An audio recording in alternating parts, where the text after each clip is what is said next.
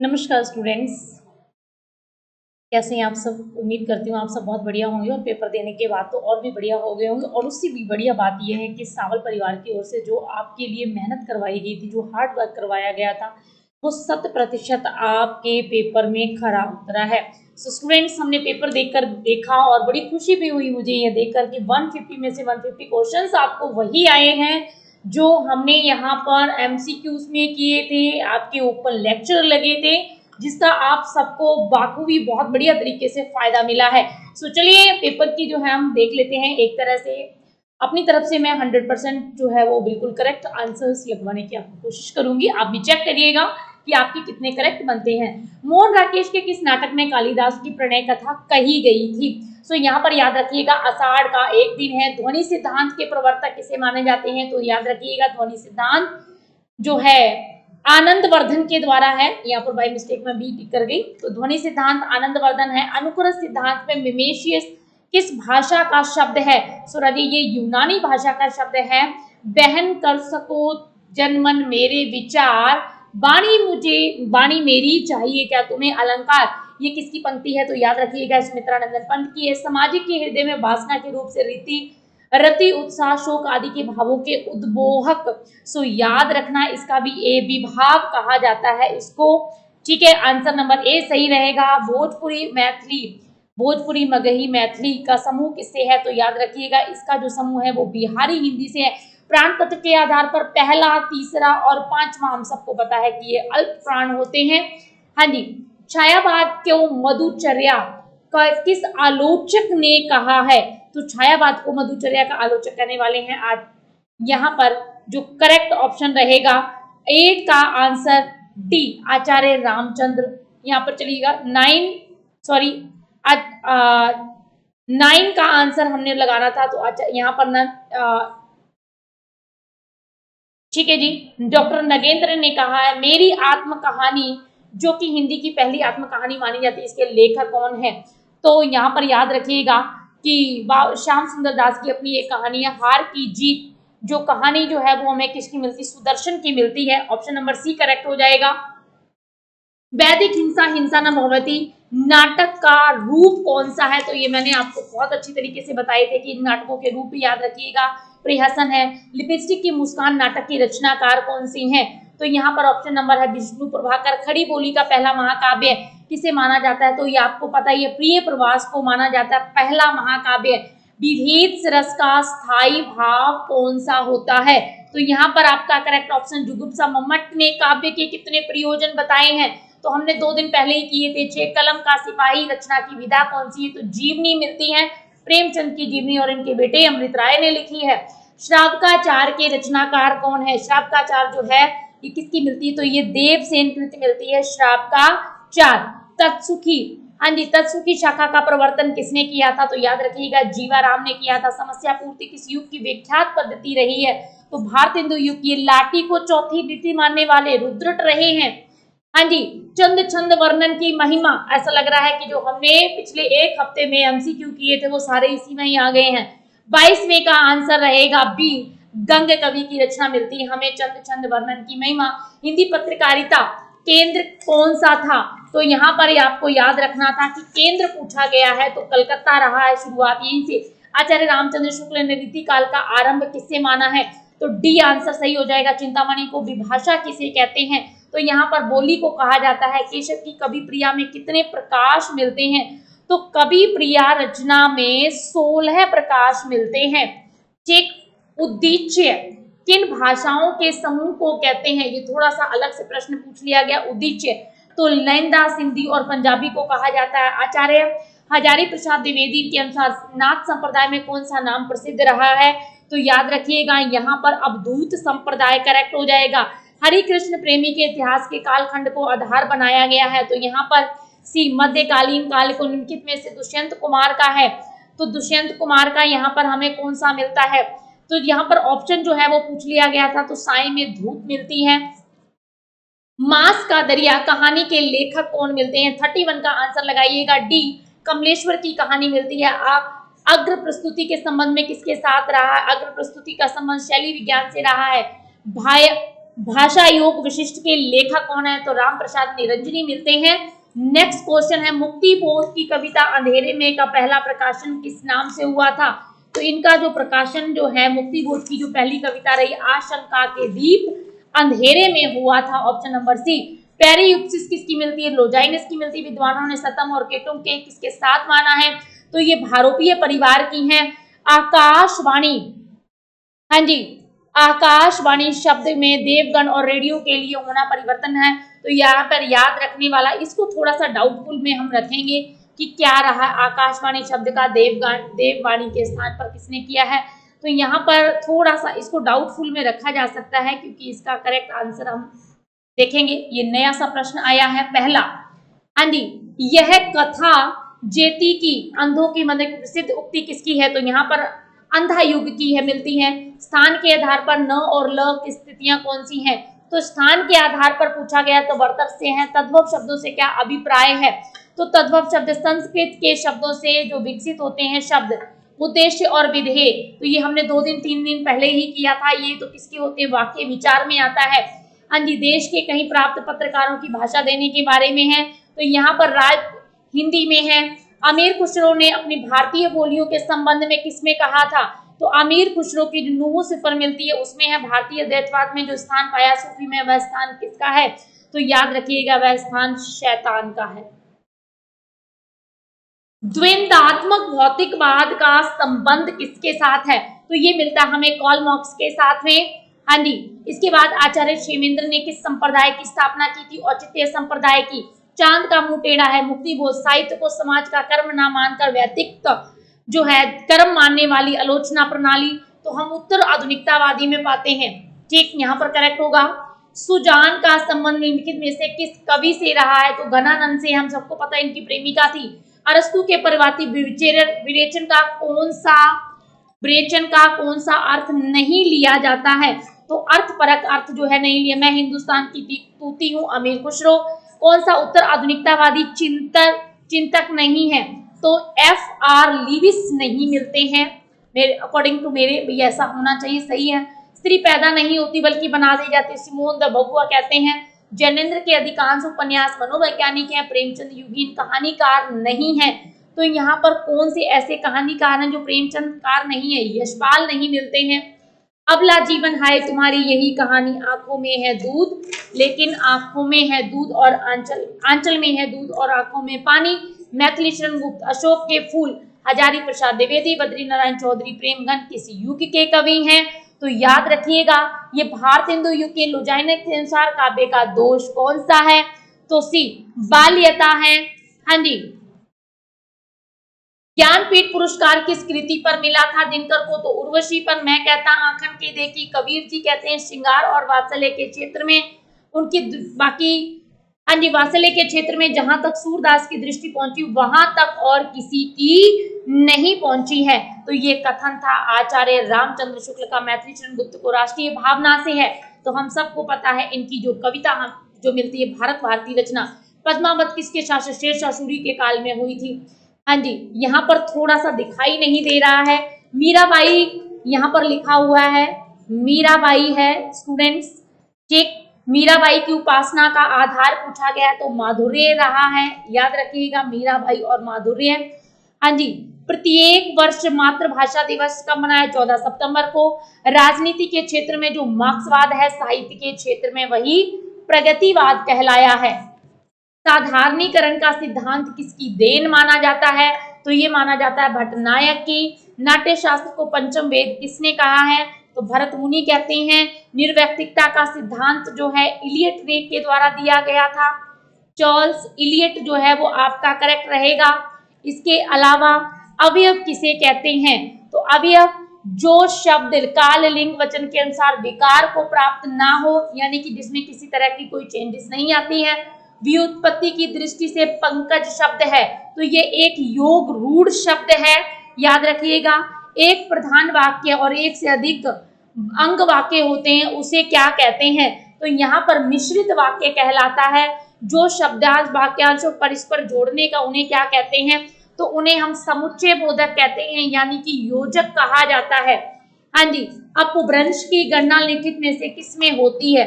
तो चारों ऑप्शंस बड़े अच्छे दिए हुए थे आप सबको। तृतीय प्राकृत में होती, लिखित में मानक वर्तनी कौन सी है, तो ए संबंध, ये सही लिखा। जॉन किंग प्राइस ने खड़ी बोली को टकसाली भाषा कहा है। हिंदी की कितनी उपभाषाएं हैं, तो यहाँ पर आपकी कितनी उपभाषाएं, तो 18 हैं। चलिए, अवधि में संज्ञा किसे कहते हैं, संज्ञा के कितने रूप मिलते हैं, तो अवधि भाषा में संज्ञा के 2 रूप मिलते हैं। भारत में थियोसॉफिकल सोसाइटी के प्रतिनिधित्व करने वाले कौन से थे, तो एनी बेसेंट हैं। भारत के खस का अन्य नाम, तो यहाँ पर याद रखना था दर्द कहा जाता है, जयपुरी नहीं दर्द। हिंदी में तुलनात्मक आलोचना का आरंभ किसने किया था, तो पद्म सिंह शर्मा के द्वारा। रामचंद्र शुक्ल सैद्धांतिक आलोचना संबंधी जो इनका ग्रंथ मिलता है, तो रस मीमांसा है। रिपोर्टाज मूल शब्द जो है वो किस भाषा का है, फ्रेंच भाषा का है। हाँ जी, आलोचकों में इतिवृत्तात्मिकता किस युग की रही है, तो यहाँ पर द्विवेदी युग की इतिवृत्तात्मिकता हमें देखने को मिलती है। सावित्री किस नाटक की है, तो आधे अधूरे की। एडलर ने मनोविज्ञान के बारे में, तो अहम भावना का। एब्सर्ड के नाटक की अवधारणा का मूल क्या है, तो यहाँ पर अस्तित्ववाद। शैली विज्ञान को भाषा विज्ञान से अलग, तो ये काम करने वाले थे उल्मान। हाँ जी, न्याय सिद्धांत और सांख्य दर्शन की रस निष्पत्ति की व्याख्या करने वाले चिंतक कौन से रहे हैं, तो शंकुक और भट्टनायक हैं। लिखित में से पंक्तियां किस कवि की हैं, एक नार ने अचरज किया, सांप मार पिंजरे में दिया, आप सबको पता है। पहेलियां और मुकरियां करने वाले सबसे पहले हमारे अमीर खुसरो, जो कवि मूलतः संस्कृत लक्ष्यों पर आधारित लक्ष्यों को प्रणीत कर रहे थे, उन्हें क्या कहते हैं, हाँ जी, तो उन्हें कहते हैं हम रीतिबद्ध कवि। भूषण के द्वारा लिखित अलंकार निरूपक, तो भूषण द्वारा अलंकार निरूपक ग्रंथ कौन सा है, शिवराज भूषण है। अरविंद दर्शन से कौन प्रभावित था, तो यहाँ पर प्रभावित थे पंत जी।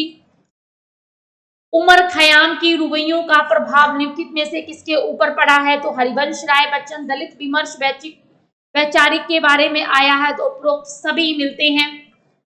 वीरों का कैसा हो बसंत कविता के लेखक कौन है, किसकी चर्चित कविता हमें मिलती है, तो ये मिलती हमें सुभद्रा कुमारी चौहान। छायावाद, रहस्यवाद और प्रकृतिवाद, इन तीनों के बीच की तीनों की प्रवृत्तियां मिलती हैं पंत में। तुलसी के संपूर्ण समन्वय की विराट चेष्टा है, हजारी प्रसाद द्विवेदी कहते हैं। गुरु गोविंद सिंह जी ने की वाणी में लिखित कौन सा दर्ज है, गुरु गोविंद सिंह जी की। एक क्वेश्चन रह गया स्टूडेंट्स, 101 प्रश्न। वैष्णव धर्म में कौन माने जाते हैं, तो वैष्णव धर्म में माने जाने वाले हैं मैथिली शरण गुप्त। गुरु गोविंद सिंह जी की बात करें तो दशम स्कंद आएगा। महादेवी वर्मा द्वारा कवियों का सही प्रकाशन वर्ष क्या होगा, तो यहाँ पर होगा निहार रश्मि नीरजा दीपशिखा। मानक का प्रयोग किया गया है, तो कहाँ पर किया गया है मानक का प्रयोग, करिएगा, कीजिए पे सही लिखा हुआ है, करिएगा कीजिए। गढ़वाली किसकी बोली मिलती है, तो ये मिलती हमें पहाड़ी की। हाँ जी, 107 रानी केतकी की कहानी इंशा अल्लाह खां की कहानी है। रानी केत